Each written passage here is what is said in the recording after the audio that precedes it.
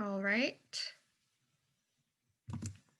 We'll go ahead and get started with just a quick introduction about the Housing Action Coalition, or HAC meetings. My name is Krithi. I'm with Silicon Valley at Home, or SV at Home as it's commonly known. We are a policy and advocacy organization focused on affordable housing in Silicon Valley. And one of our activities that we are really excited about is making sure that we're providing an avenue for people to be engaged and educated about housing issues, about current and hot housing topics. And the HAC series is a monthly discussion-based, action-focused event that we host in that with that mission in mind, which we typically have on the fourth Friday of each month. It's meeting style by design. We encourage you to keep your video on, create as much of a community dialogue opportunity as possible, utilize the chat box during our presentation, since we do, of course, want to be mindful of our speakers. We have about 61 participants in the chat. So again, please introduce yourself if you haven't already. We will have plenty of time for Q&A at the end and discussion. So feel free to drop questions in the chat box while the conversation is going, while our presenters are speaking, and we'll make sure to field questions as we go. All right, I'll kick it over to Mitch on the team to provide us a little bit more context of our topic today. Thanks everyone for joining us. My name is Mitch Mankin. I'm the Protection and Preservation Associate at Silicon Valley Home. So I work on these issues among others. Let's see, you have two great guests here, but I do want to provide a few comments before they get started. Hopefully I won't take too many of their topics. I just wanted to frame a bit the sort of the situation that we're in. And the backdrop to this. We know that since COVID-19, many people have lost their jobs. A lot of renters are behind on their debt. A lot of small landlords are struggling. So we're in a large crisis. So whatever happens this month, it will respond to a crisis that's much bigger than what's happening this month. And we know that what we talk about today will only be one small piece of a much larger conversation about the rental market in general. One thing I did want to focus specifically on just very briefly is rent relief. So we did have $25 billion passed federally last month. California received $2.6 billion of that for rent relief. However, we don't yet know how that will be distributed. Hopefully there'll be more details on that coming in the coming weeks. But what we do know is that $2.6 billion will almost surely not be enough. I saw some estimates this morning that there's $3.7 billion in rental debt outstanding in California, and that $173,000 of that rental debt is outstanding in Santa Clara County.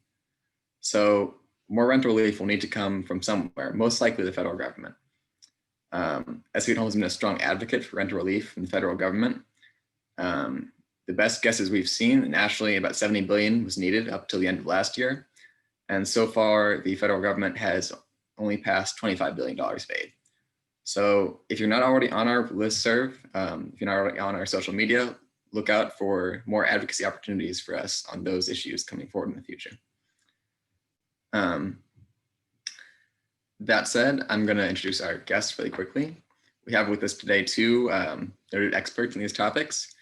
We have Graciela Castillo-Krings, who works with Sacramento advocates on legislation in the Capitol. Be able to provide some context for us on conversations going on there. And we have Michael Trujillo from the Law Foundation of Silicon Valley. We'll be able to talk a bit about the situation that we are currently in, how things have been working over the last several months of the AB 3088 moratorium, and whatever other aspects of the functioning he'd like to talk about.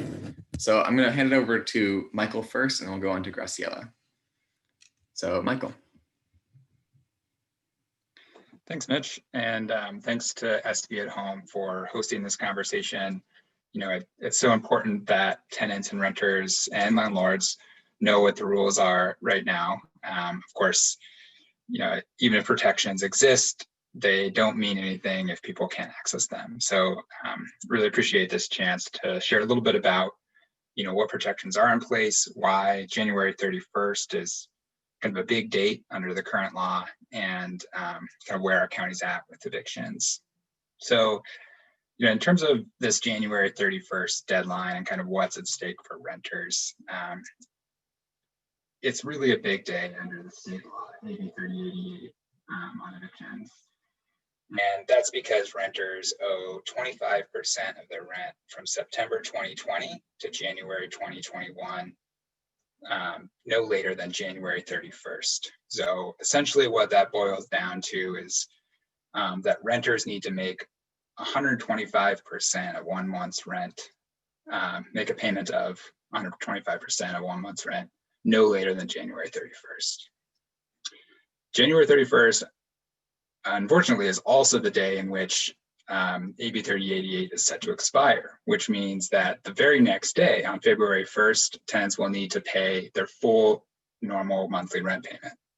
So, it's about 225% of 1 month's rent that tenants are going to need to be responsible for within just a couple of days, if the legislature, of course, doesn't act.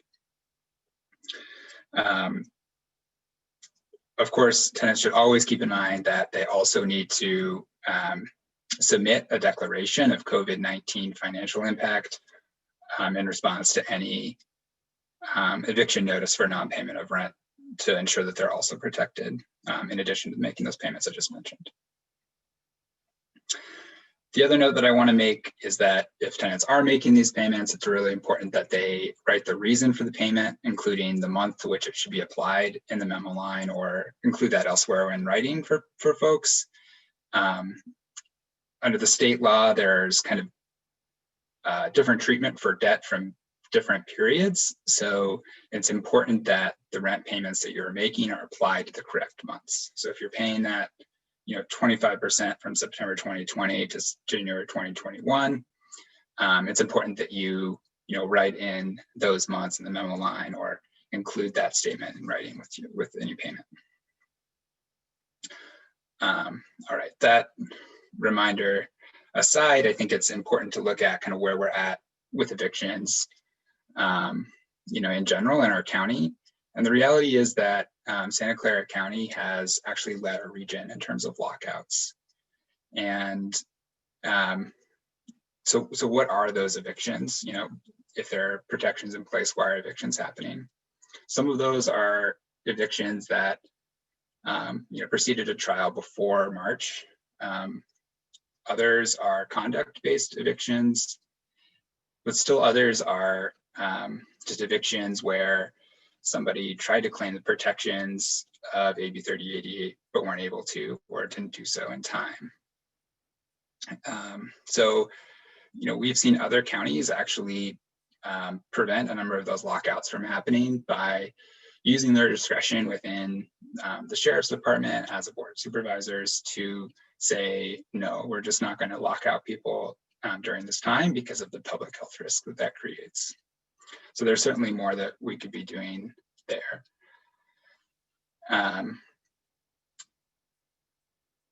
But I think, and this gets to what Mitch started out with in terms of rental assistance. I think we need to understand that the picture in our area is particularly precarious for renters because of the high housing costs and the high burden that people had even before the pandemic began. So, people are in a very tight spot right now, potentially owing, tens of thousands of dollars in rent debt already.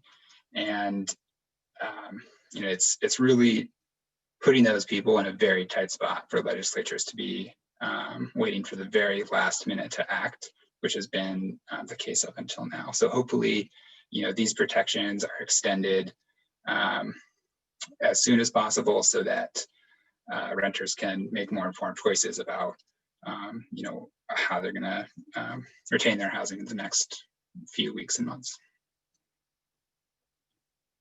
So I think I'll pass it off with that.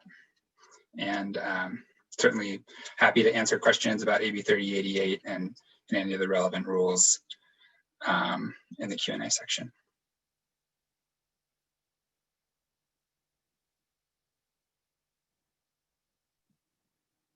Thanks, Michael.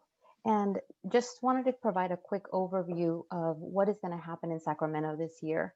Things have been, as everybody knows, we're all dealing with a very unprecedented time. The pandemic has really changed how everybody's operating, including how things are done in Sacramento and how the legislature is operating. But thankfully, after 2020, I think we have a better sense of what to expect for 2021, and we have some good lessons that we have learned. One of the things that we expect to happen, everything will continue to be virtual. And so most of the hearings that are happening, everything will be streamed, and participation obviously is encouraged to not be in person, which is what we tend to do as lobbyists, but it's really encouraging phone calls and virtual meetings to happen. So one of the things we have to be prepared this year is to really have the legislative timelines be fluid. Right now, as we all know, we're kind of hoping that there won't be a resurgence, but given the different strains that are out there and given kind of how the vaccination has been rolling out, we think that there might be changes in the legislative timelines. So normally for this, the first year of a 2-year session, the legislature comes back in December, they take the Christmas or the holiday breaks, and then they come back in early January. Usually they start the process, and normally we start having wrapping up session in September. That might be a little different this year. That might require breaks to be taken at different points in time and really kind of condenses the time that we have to talk about policy. That's what happened last time, or at least in 2020. So we don't foresee that changing. A couple of things, because of how complicated it is to really be in the same room and engage in complicated policy discussions, the legislature has really tried to focus and narrow some of the bills that they're going to be introducing. As Michael basically has described, the big issue this year that they're focusing on right now is tenant protections and evictions. The other big items that are going to be debated is COVID relief, economic stimulus, wildfires, right? Just because we haven't talked about them doesn't mean that that's not a policy area that is right now at the forefront of legislators' mind. And at the end of the day, the legislature has advised members to really try to limit the number of bills that they are going to be introducing, just to make sure that they have the capacity to not only have all of the hearings, but be able to do so in a way that they continue to keep everybody safe. So that's just kind of an overview of what's happening. The big deadline that is coming up is February 19th, and that actually will preview all of the different pieces of legislation that the legislature will be considering this year. That's the deadline. They have to introduce any bill that they're going to be talking about. That's usually when it gets previewed. So at that point, we will have a better sense of the legislation that everybody is going to be focusing on. But I can tell you right now, when it comes to the housing space, there are a couple of themes that we are already seeing. As many of you may know, last year, the Senate had introduced a Senate package. It was about 5 bills that they were authoring to really change how land use is happening here in California. And unfortunately, they were not able to move. So a lot of those bills are being reintroduced. So some of the things that we are seeing in the legislature is, for example, the reuse of commercial space and anything like office or retail. A lot of the times right now, obviously with COVID, they're vacant. But if you think of like a mall, just because online sales, the way that online sales have been impacting businesses, you have a structure that's there. It's not necessarily being utilized 100%. And so the idea is why not reuse it, repurpose it, right? So that's the conversation. Can we have a better use or a different use for a lot of our office and retail space that might not be used? That is one thing. The other thing that we're seeing more of is the idea of gentle density. And what that means is right now there's some property that might be a half of an acre or a quarter of an acre. Is it possible, if you actually own the land, you're a homeowner and you have a big backyard, how do we make it easier for people to actually build ADUs or a duplex? How do we allow additional density without necessarily changing the characteristic of the community as a whole? So instead of saying, hey, we're going to go ahead and just have a building that contains 50 units, can you disperse those 50 units within a certain radius or a community and not necessarily have that visual impact. So that is another conversation that is happening right now.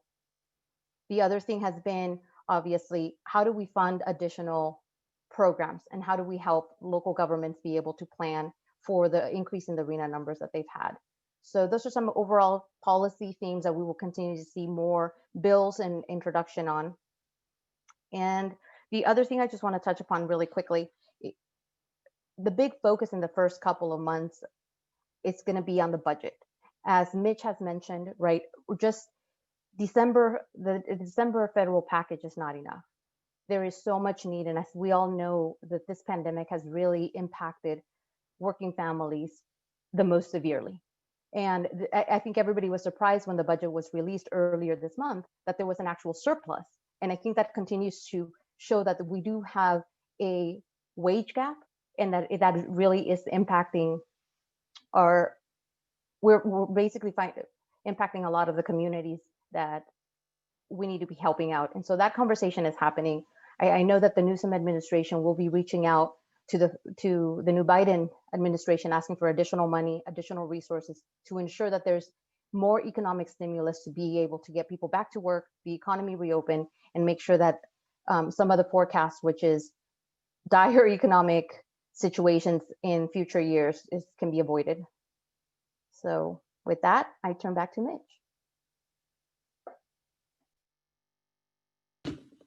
Sorry, Graciela, could you share some details about the AB 38 E8 extensions, the bills that are going on there? So there have been conversations that are going on right now. As Michael has said, the big focus, right, that I've heard is that the governor's office really would like to release both the federal stimulus money and the policies. There have been discussions as to how far out do we extend the actual moratorium. Do we extend it to March? Do we extend it to June? And so those conversations are happening right now. The governor hopes to have something done by next week. So that is kind of the latest rumor that I've heard, that there's going to be a trailer bill that will be released next week so that everybody can preview what that extension will look like. But that is one of the other, just to mention, right now there's two pieces of legislation, one in the Senate, one in the Assembly. And in the Assembly, the focus has been, is actually by Assembly Member Chu, yes, how do we actually ensure that tenants are protected, but at the same time, as Mitch is saying, how do we ensure that the landlords are also able to cover their rent, right? Because the concern is, especially if you have a landlord who has a small building, at the end of the day, they too sometimes might be paying a mortgage. And so what happens if they lose the property? At the end of the day, not only does it impact the tenants, but it also impacts the landlord. And so one of the, what we are hoping in Sacramento now is, with the change in administration, that the federal administration will start actually engaging in some of the conversations with some of the national banks who actually hold a lot of these mortgages. So more to come on that, but at least in the near future, there will be an extension for 3088 that will be probably paired with some of the 2.6 billion that it will be going out. And in the next couple of months, we probably will continue to have additional discussions on how we will actually handle some of the policy changes when it comes to landlords making everybody whole, or trying to. And then maybe could you go through a bit of the sort of differences in timelines, or if we know anything about timeline? I know there are two proposals on the table. One is an extension to March, one is an extension to December. I haven't heard exactly new details about which one of those it might be, or. You mean the legislative process is not transparent? Right, exactly. Yeah, so just a couple of things. So there are two timelines that are in operation here. So you have the budget conversations that normally tend to happen between now and when the budget has to be passed, which is mid-June. That conversation is now being truncated. Well, that's still going to happen, but the governor has basically asked the legislature to take early actions on some of the budget items. So how do we get the federal stimulus dollars out, and the tenant protection conversation? So that is going to be happening literally in the next few weeks. Those decisions will be made. So when the bills were introduced, remember, so the legislature came back into session at the beginning of December. When they introduced the bill, it was a way of each of the houses saying, here are some of the priorities we want you to consider. Here are some of the timelines we want you to consider. So depending on how the conversations end up going in the budget, those bills will probably change. They might continue to kind of reflect some of the ongoing changes that are going to have to happen. But at the end of the day, I expect this negotiation to actually be done in the next few weeks through the budget process. Does that make sense? I know it's a little complicated. Right.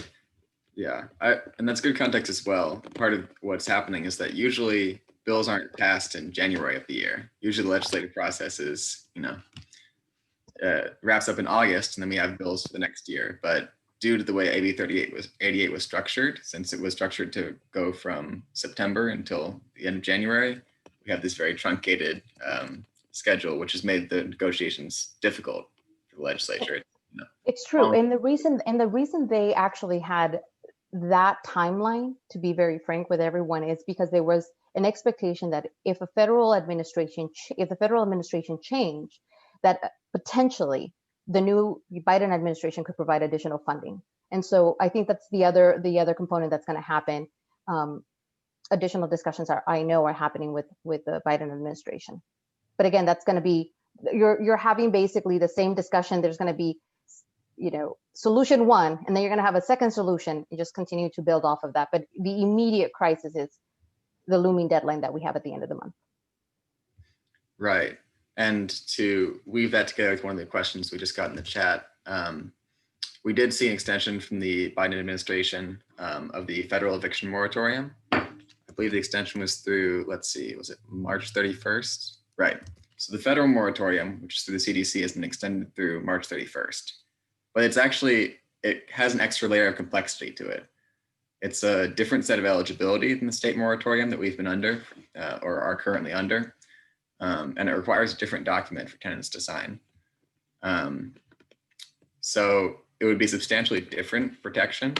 So we do now know, we have some more clarity that there will be some sort of eviction moratorium in place as of February 1st. But it's going to be different than what we had over the last, how many months is it now? 6 months, 5 months. So that's something maybe we can share some links in the chat a little bit farther on about that moratorium. But the CDC moratorium is widely seen as weaker than California's existing moratorium. Although our panelists may have different opinions, so please jump into some. So we're still really waiting to see what the state does in this. But it is important, as someone brought up in the chat, to mention that the Biden administration has by executive order, extended the eviction moratorium federally. And in addition, has asked the legislature, has asked Congress to extend the moratorium through September of this year, federal moratorium, that is. Any reactions, bits to add, Michael or Graciela? If not, then we can move into opening up to questions in the chat.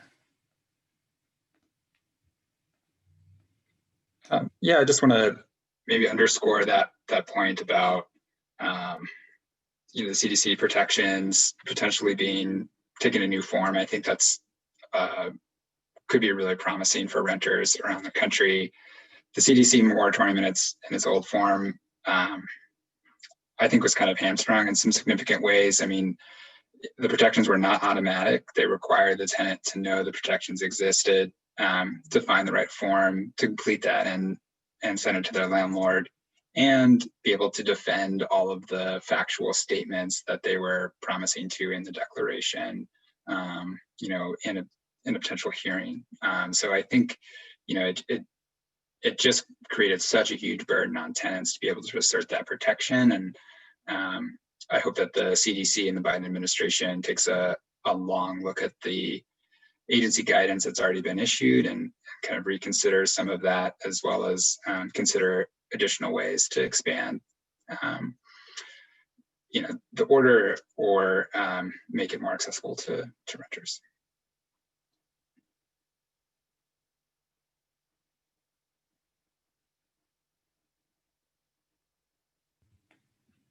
Okay. So maybe we can move, as we're halfway through the hour, we can move into the Q&A portion now. I don't know if Kriti, have you collected some questions so far from the chat that we can use? And for everyone, feel free to submit your questions in the chat here. We have a lot of folks in the call, so I'm not sure if we'll be able to get to every question, but we'll do our best. Yes, absolutely. So we have a couple of questions that are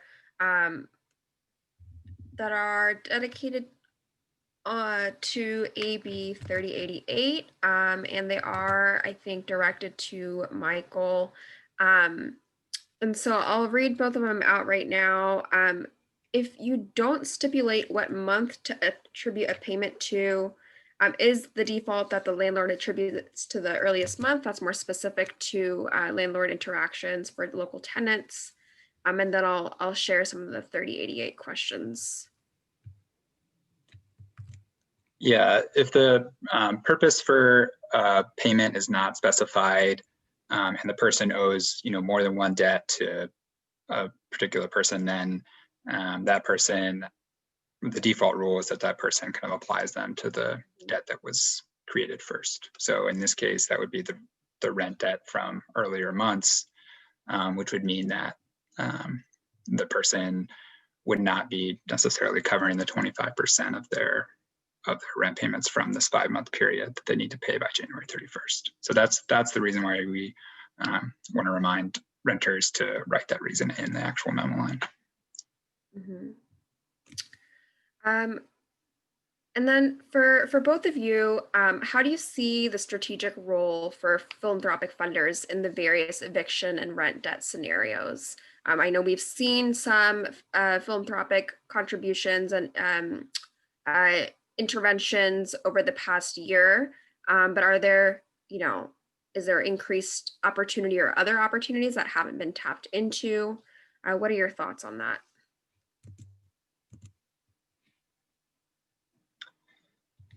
Yeah, I think, it's been inspiring to see the philanthropic efforts of our community so far. The reality is that there's just a really unprecedented level of need right now for rental assistance. So as the rules start to become more clear for the next few months, I think we're going to need real engagement from those partners. I know that many of those organizations are have actually been directly involved in distributing some of those funds to the homeless prevention system,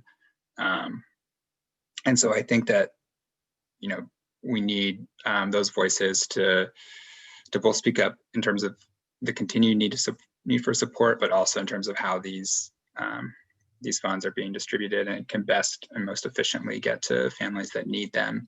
I think the Treasury Department has issued some guidance on this most recent round of rental assistance funding coming from the federal government that raises a lot of questions for me as to how this funding is going to efficiently flow to tenants that need it most. And so I think we really need the voices of partners that are helping to distribute those funds to streamline that process as much as possible. Mm-hmm. Thank also, you. I think it is really helpful as some of people that work with the grantees to be able to also kind of help have the information flow both ways. And what I mean by that is help educate a lot of the renters. A lot of the renters are not necessarily know some of the protections that they can avail themselves. But on the same side, some of the things that they might hear, if you have a philanthropic partner that it has information about how the help could actually flow better, and providing that information to your legislator, to Silicon Valley at home, so that there's a two-way flow of information, right? At the end of the day, sometimes what Sacramento tends to do, we think that, hey, this program is going to be great. We just need to do X, Y, and Z. But on the implementation side, that's when you really start to see some of the challenges. And so I think it would be really helpful if some of the partners can help us understand, like, what, in theory, you thought that this was going to work this way. That's not how it's working. We need to change the law. And part of the thing is that communication and us being nimble to be able to go to our legislator and say, we need to correct something. We need to adjust something. So I think that flow of information is really important. And if I could just add one more point on that, I think that the coronavirus pandemic and kind of the economic challenges that it's posed have really highlighted the link between housing and health, and housing and well-being, and more generally. And I think that oftentimes in the nonprofit world, the philanthropic community, we can get siloed in our particular issues that we work on. And so I think in this moment where there are such clear links between housing and health, between health and housing, a person's ability to continue to work to afford their rent, I think it's critical that we as service providers, as funders, highlight those links and really emphasize the need to address the social determinants of health and some of the kind of longer term issues that have created this crisis or made it as severe as it is. And a huge one of those is systemic racism. And I think that really requires an affirmative voice from everybody in the advocacy community to call out systemic racism where it's put our communities at a disadvantage, and to center equity and the lived experience of those most directly impacted wherever possible. Mm-hmm. Absolutely. Thank you so much for those thoughts. And I also see some comments in the chat from folks who are experiencing varying interaction from funders related to rental relief and COVID response. And so those are valuable takeaways as well. Mitch, I'll take it back to you for some more questions. Yeah, so one of our council members from Mountain View commented in the chat that they are extending their eviction moratorium on, I believe it's Tuesday. That reminded me that the county is also planning to extend their eviction moratorium also on Tuesday. This is sort of, by this time, everyone's heads are probably spinning like, which moratorium is where? And that's, an entirely fair response. Essentially what has happened is that because the legislature has left it this long to make a decision, that everyone else says, well, okay, we need to step in to see if we can provide some sort of backstop, basically. So the county will probably be extending their eviction moratorium. City of Mountain View, it sounds like, will be extending their moratorium. But if the moratorium that's passed the state is similar to the AB 38 moratorium, it will, 3088 moratorium, it will supersede those. So whatever the state does will be essentially the law of the land. And the CDC moratorium will still be in effect, but the state moratorium, people I think agree is the stronger of the two. So that's the one to look at for people. I had one more thing to say about that. What was it? Right. Yeah, so I think that's the reason why we're really focused on the state moratorium. And part of the reason for this event is to get folks engaged in the process. It's really important to communicate with your legislators, to talk to them about the need for action. SV at Home has said that we want to see an extension of the eviction moratorium. The governor has said that he wants to see an extension of the eviction moratorium. The mayor of San Jose has said that he wants to see an extension to the eviction moratorium. So we have a broad base of folks all coming together to agree that there needs to be some sort of extension. The details are where people tend to splinter apart more. But part of what needs to happen is that folks in the community need to go to their legislators and advocate to them that they really need solutions quickly and solutions that respond to the full needs.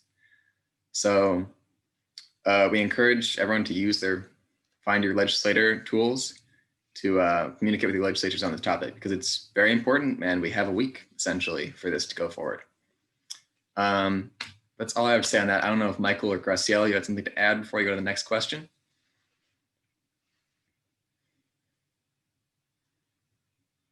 I was actually going to say, Mitch, you are absolutely right. I think especially with how different it is right now, a lot of the people on this call have a lot to say to the legislature. And especially when you're able to connect with your representative, they listen. They really do listen. They actually care more. I can tell you that they will care more of somebody who's in their district voting than somebody from a different part of the state. And so they tend to listen, they tend to write the notes down in terms of, and then when, a lot of the times when district staff is writing these notes, the member will ask, like, who cares about the, 3088, for example? And the staff will bring up all of the notes, and they do take notice. And so I think it's really important, especially right now when, traditional lobbying, I can't go into the building right now. They're asking us not to do that. And so really kind of engaging at the grassroots level is so important. The number of times that I've actually heard staff say, "Oh, that bill, that's right. I got a lot of constituent calls," or I got a lot of people emailing me about that. So it really matters. So especially right now. So any help, any type of support that we can get, that would be great.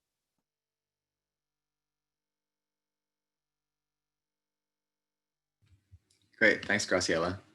Do we have another question lined up? Looking now, we seem to have quite an active chat. Yeah, it's coming very fast, so apologies. I don't think we're gonna get to everything. It's hard for me to keep up with all the text here, as well as what's being said as well.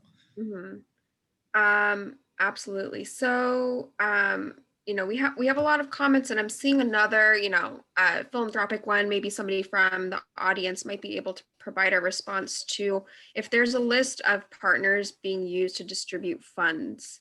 And so I just wanted to flag that in case anyone in attending the call might be able to respond to that in the chat. Since there are quite a few questions about funder roles and funder responses. All right.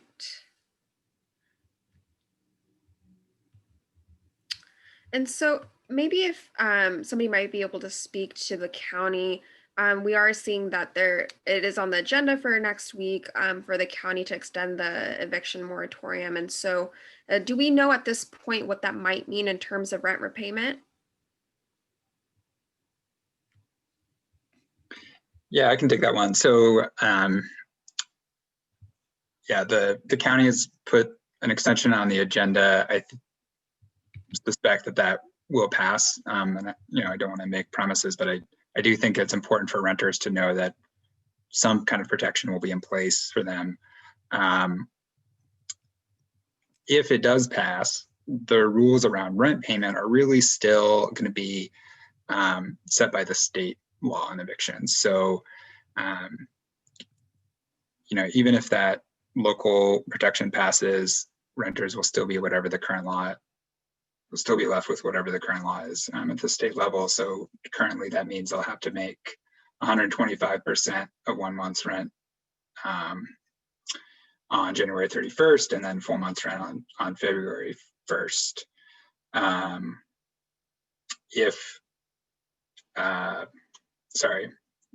If the local protection passes, they would not have to make that that February 1st payment.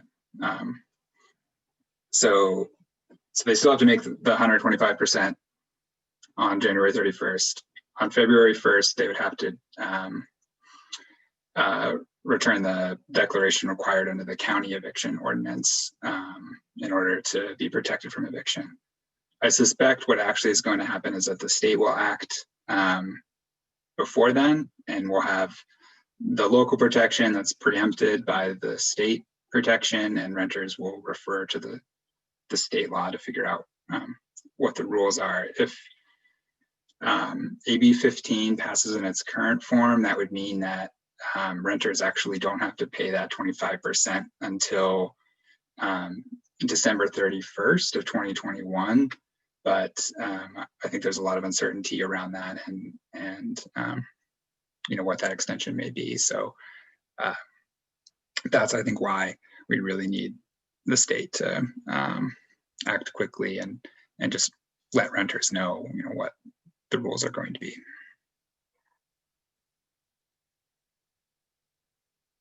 So one of the things I just want to bring up really quickly is, as I said, within the next week, there will be a vehicle, there will be a bill number, there will be language that people can respond to.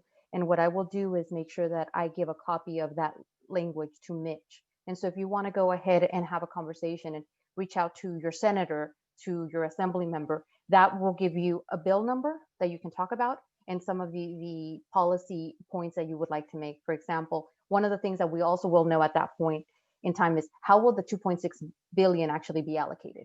And it doesn't make sense because, again, going back to what I was saying earlier, sometimes there might be a better way of, just an example, instead of having it go through the city, maybe it's better to go through X, right? Whoever the partner might be. And so it's going to happen very fast and very quickly. And by that, I mean, the language will be made public.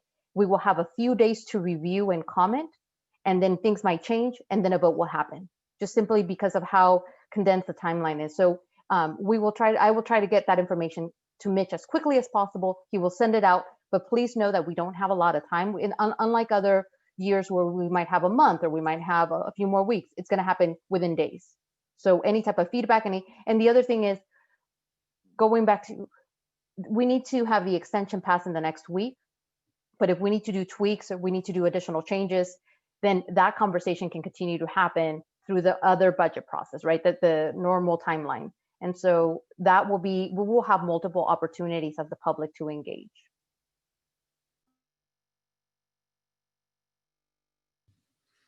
That's really important to hear. Thank you so much, Michael and Graciela. We have another question. And if you could please clarify if there will be any changes to the rules allowing for cause evictions other than inability to pay rent.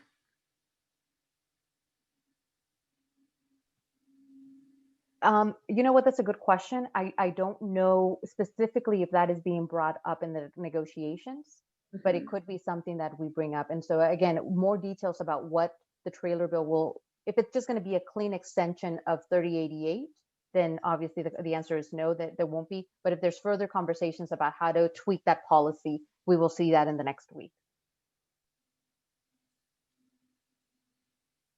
Got it.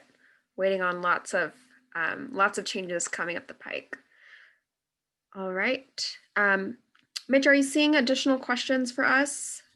Yeah, there was one I wanted to bring up that I thought was a good question. This was a question directed to Graciela, asking sort of how to frame talking to elected officials. So how it makes sense to look at adding personal perspective, what to talk about in terms of the audience, how important it is to say, please vote for X bill or extend Y policy, do this by Z date. There's a lot of info out there, so it's I think difficult sometimes for people to cut through and figure out what's important to say to legislators. So if you have advice about what's effective and what reaches them well, that'd be great. Always start by saying your name and letting them know that you are a constituent, right? And then, because that's what they're going to want to know. And if possible, include your address. A lot of times they actually will check and see if you are a constituent. So let them know who you are, your address, that you are a constituent, and then let them know what bill you are supporting or that you have a problem with, right? You're hoping that they're going to vote no against AB 900, or you're hoping that they're going to vote yes on AB 900, whatever. So just being very clear, and then whatever you feel comfortable sharing, right? Your own personal thoughts about the policy, if you have a personal experience to talk about, whatever you feel comfortable, but those are some of the key things that you need to mention.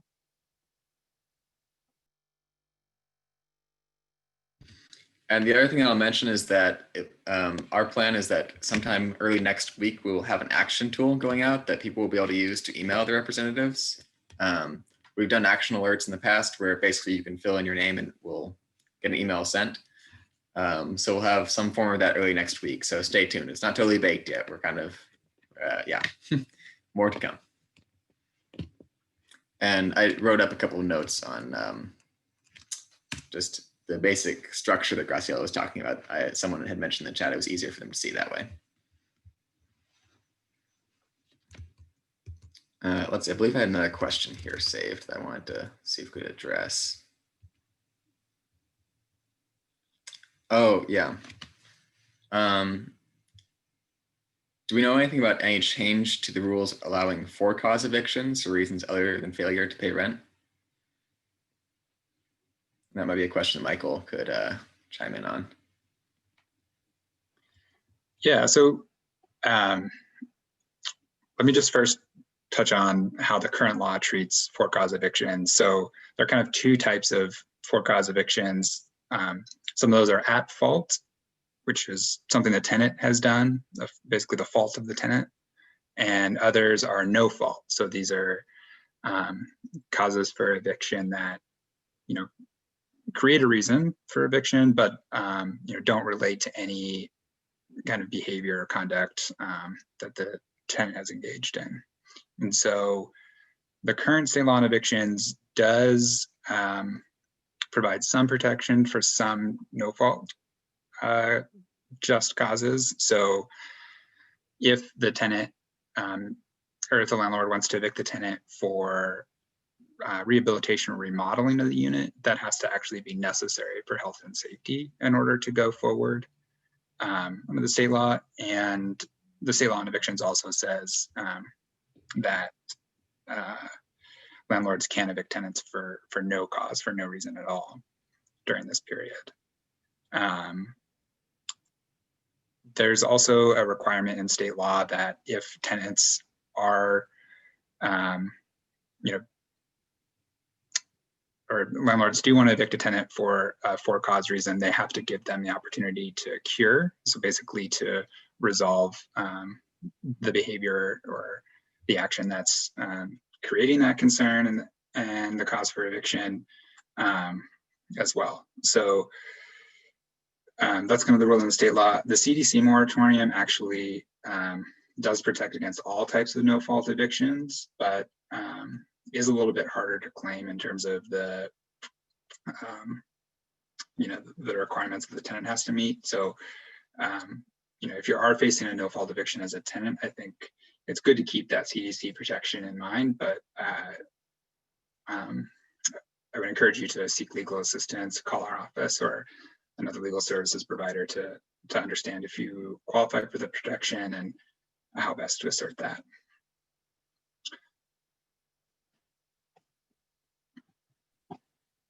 Great.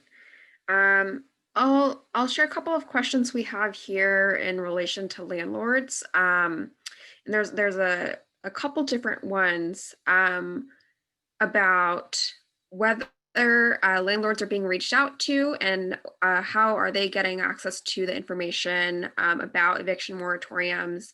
I'd also love to hear a little bit more about whether they're required to share this information with their tenants or not, because I know there were some changes to that last year. And then also if there is any conversation about landlord mortgages and mortgage relief. So from either Michael or Graciela, your perspectives, what kind of information do we have on landlord resources and regulations? Definitely. So to answer the first part of the question, normally the way that the governor's office has been engaging, they've been relying on associations that represent landlords, for example, the California Apartment Association to represent the majority of apartment holders. It doesn't always mean that it encompasses everybody, but that way it helps, you know, really kind of provide a source of information for a lot of the apartment owners. When it comes to actual landlord resources, it is a topic of conversation. We are trying to figure out in Sacramento how to help them, because at the end of the day, we rely on small landlords as well, right? And at the end of the day, if they're not getting the revenue that they need to pay their own mortgage, that's a problem. So that is a conversation that is happening right now, and that is in fact the Assembly Member Chu introduced a bill to actually get at that issue specifically. So those are conversations that are going to continue to happen. And again, we might not be able to have all of the policy resolved, obviously, in the next week, but that is exactly the conversation that everyone's interested in having, engaging the federal government, because some of the mortgages, when they're held by national banks, California doesn't necessarily regulate national banks. So we do need a partnership with federal government to figure out how are we going to make sure that we are providing a holistic solution for landlords, different sizes. And so that is a discussion that is happening right now.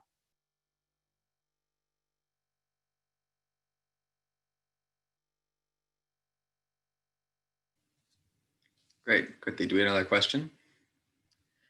It doesn't look like we have more questions related to our topic at hand. We do have some questions from folks. Just a reminder that we aren't going to be engaging questions on, you know, individual situations necessarily. Okay, I can jump in there real quick. I would say if folks have individual questions about their situation, if you're a tenant, I would recommend contacting the Law Foundation. Michael Trujillo here works at the Law Foundation. They are a good resource for you. And I can put their contact information in the chat.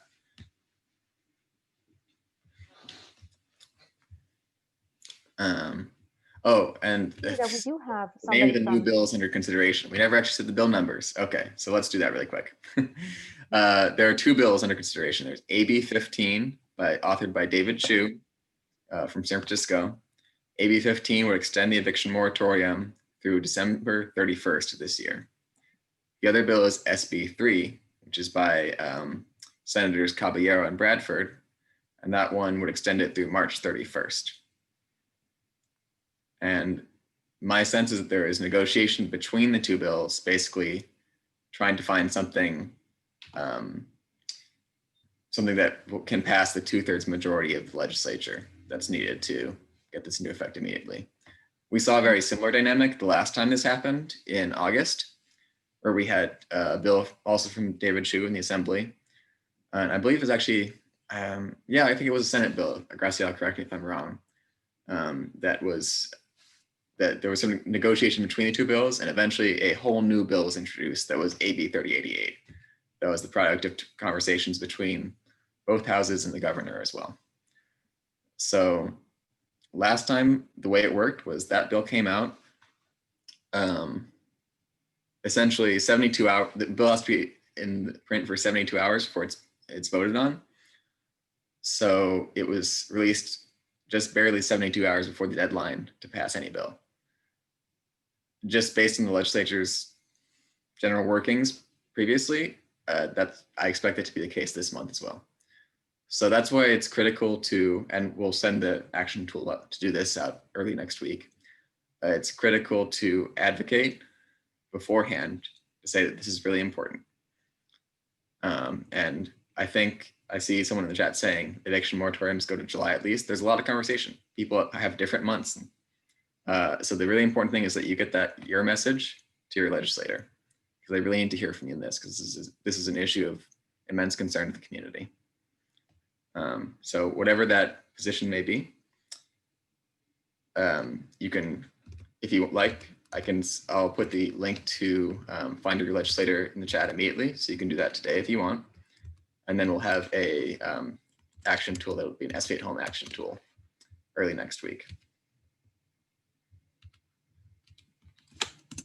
And Mitch, the other bill that I would actually also flag is AB 16. That's the one, Assemblymember Chu, that is focusing on help for the landlord. So it's AB 15 is a tenant protection, AB 16 is for landlord protection, and then we have SB 3, which is the Senate version. Right, that's great. Could you expand a bit more on the provisions of AB 16, Graciela?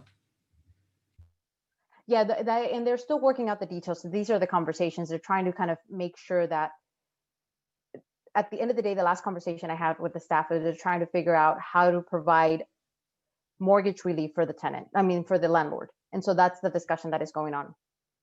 And I see somebody from the California Apartment Association. Maybe they can provide a little more detail.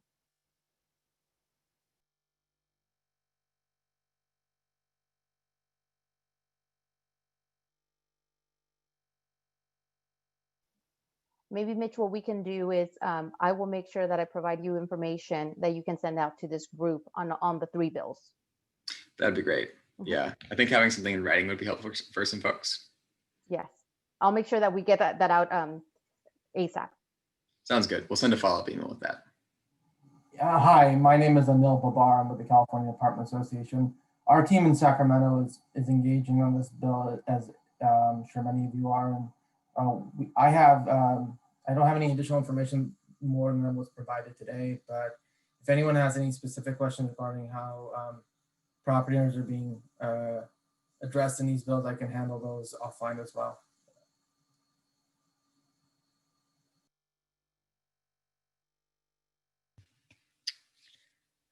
Great. It looks like we're nearing time. Thank you so much, Anil, for jumping in. It looks like we're nearing time, and we've had a lot of conversation. There are obviously a lot of questions remaining about what can be done and what needs to be done next. And we are going to be sending out, as Mitch mentioned, the action alert from SV at Home next week. That'll share some more information and guidance and direct text that you can share with your elected representatives. Again, we really encourage you to reach out to those who represent you and voice your concerns, making sure that, you know, we know that the eviction moratoriums need to be extended. There are local jurisdictions that are reviewing the local eviction moratoriums next week, as early as next week. Next Tuesday, we saw examples from the county and Mountain View included. So please keep an eye out for more information from us at SV at Home. Everyone who signed up for today's event will be getting that information directly in your inbox early next week. And of course, a big thank you to Michael and Graciela for sharing your insights and knowledge. It's really helpful to be able to hear from both of you today as we try to make sense of everything that's going on. So big thanks. Mitch, was there anything else, last words to wrap up, or things that we want to make sure people leave with? Yeah, one thing I wanted to say is that whatever is passed, SV at Home is going to be committed to immediate and preparatory work to make sure that those laws work locally, and working with our partners, many of whom are in the room, to make sure that whatever is passed goes into effect, is understood by all. So we'll have a lot of efforts on that front to come. So this all won't stop or go away on January 31st. There's gonna be a lot more of this conversation to come. And we invite you to continue engaging with us. I'll put my email in the chat for anyone who wants to talk more on these issues. And once again, thanks to all of you for joining us. This is a complex and important topic, and we're happy that you engage with us in this conversation. Thanks, everyone.